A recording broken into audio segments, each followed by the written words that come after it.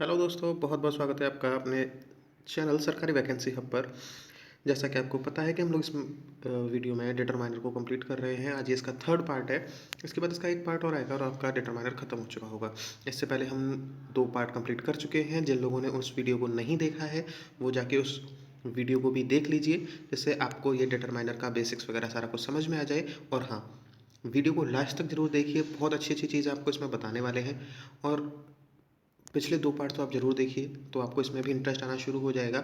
और जिसने अभी तक चैनल को सब्सक्राइब नहीं किया है वो पहले सब्सक्राइब कर लीजिए, चैनल को लाइक कीजिए। और चलिए अब शुरू कर लेते हैं डिटरमाइनर ऑफ न्यूमरल्स को। लेकिन ये क्या क्या होते हैं उनके बारे में ज़रा हम जान लेते हैं कि main determiners of numerals are 1, 2, first, second, every, last, many, some, few, either. मतलब इस तरह से ये होते हैं। लेकिन इनके यूज़ क्या क्या है वो हमें जानने पड़ेंगे। तो सबसे पहले डिटरमाइनर क्या होता है वो सब कुछ मैं आपको बता चुका हूँ पहले ही पार्ट में, तो मैं इसमें ज़्यादा डिस्कस नहीं करूँगा। अब चलिए देख लेते हैं कि इसमें किस डिटरमाइनर को किस वे में हम लोग यूज़ कर रहे होते हैं। तो ईच और एवरी की जब मैं बात करता हूँ तो ईच और एवरी सुनने में एक जैसा ही लगता है, लेकिन इन दोनों के यूजेस डिफरेंट हैं। बस किसके आधार पर? नंबर ऑफ पर्सन्स के आधार पर। जब भी मैं 2 लोगों की बात कर रहा हूँ या 2 चीज़ों की बात कर रहा हूँ वहाँ पर मैं ईच को यूज़ करूँगा। और जहाँ पर मैं 2 से ज़्यादा लोगों की बात या 2 से ज़्यादा चीज़ों की बात कर रहा हूँ वहाँ पर मैं एवरी को यूज़ करूँगा। जैसे each is used for 2 persons और थिंग्स, ये देखिए जैसे लिखा हुआ है, every is used for more than 2 persons और थिंग्स। एग्जाम्पल के थ्रू अगर मैं समझूँ तो each boy and girl won prize, और every man wishes to live a peaceful life. अब यहाँ पर देखिए ईच मतलब यहाँ पर बॉय और गर्ल की बात हो रही है दोनों में, और यहाँ पर सभी प्रकार के आदमियों की बात हो रही है। इसके बाद हम बात कर लेते हैं मैनी और मैनी अ की। Many is used for plural noun. देखिए आपको भी पता है, जैसे मैनी को अगर मैंने यूज़ किया तो वहाँ पर मैनी मतलब मैं कई सारे लोगों की बात कर रहा होता हूँ। तो देखिए ग्रामर जो है वो 2 तरीके से चलती है, एक तो सेंस बेस पर चलती है और एक ग्रामेटिकल बेस पर चलती है।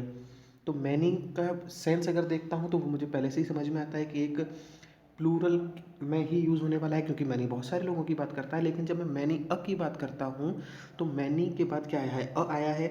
ग्रामेटिकली अगर देखा जाए तो अ को यूज़ किया जाता है सिंगुलर नाउन के लिए। तो इसका मतलब क्या है कि मैनी अ के बाद सिंगुलर नाउन आएगा। ओके। और चलिए देख लेते हैं इसके बारे में और क्या क्या लिखा हुआ है कि many is used for plural noun, many a used for singular noun, but many a plus noun shows plural quantity. समझ में आ गया?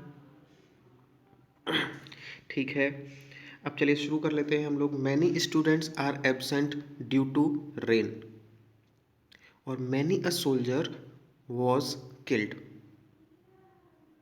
ठीक, इस तरह से आपको ने देखिए मैनी और मैनी अ का यूज समझ लिया होगा।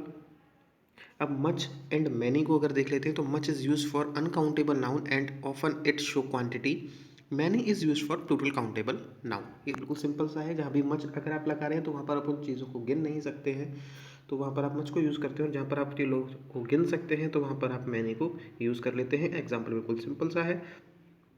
अगले की अगर मैं बात कर लेता हूँ तो वो है several. Several is use for plural noun, mean of several is so many. मतलब जो सेवरल है वो प्लूरल नाउन के लिए यूज़ किया जाता है, और जो सेवरल का जो मतलब है वो बहुत सारा होता है। जैसे I have done it several time, मैंने इसे कई बार किया है। सेवरल पीपल वॉज या वर फाउंड हियर, तो वॉज नहीं आएगा क्योंकि सेवरल जो है वो प्लूरल के लिए यूज़ किया जाता है, तो उसके अकॉर्डिंग प्लूरल वर्ब यहाँ पर आएगी। उसके बाद अगर बात कर लेते हैं फ्यू, अ फ्यू और द फ्यू की। ये बहुत ही सिंपल सा है लेकिन लोगों को कन्फ्यूज़न होती है।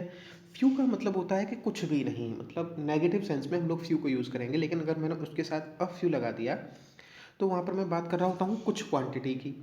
और जब द फ्यू की बात कर रहा होता हूँ तो मैं करता हूँ कि मतलब थोड़ी सी क्वांटिटी, लेकिन जितनी भी है उतनी पूरी। समझ में आया? जैसे ही हैज़ फ्यू बुक्स, इसका मतलब ये नेगेटिव सेंटेंस में कि उसके पास कोई बुक है ही नहीं। लेकिन there are a few boys who helped Ram, मतलब कुछ लड़के हैं जिन्होंने राम की मदद की थी। और the few pieces of cake left in plate, मतलब थोड़े से ही पीसेस, लेकिन जितने भी थे वो सब के सब प्लेट में लेफ्ट हैं।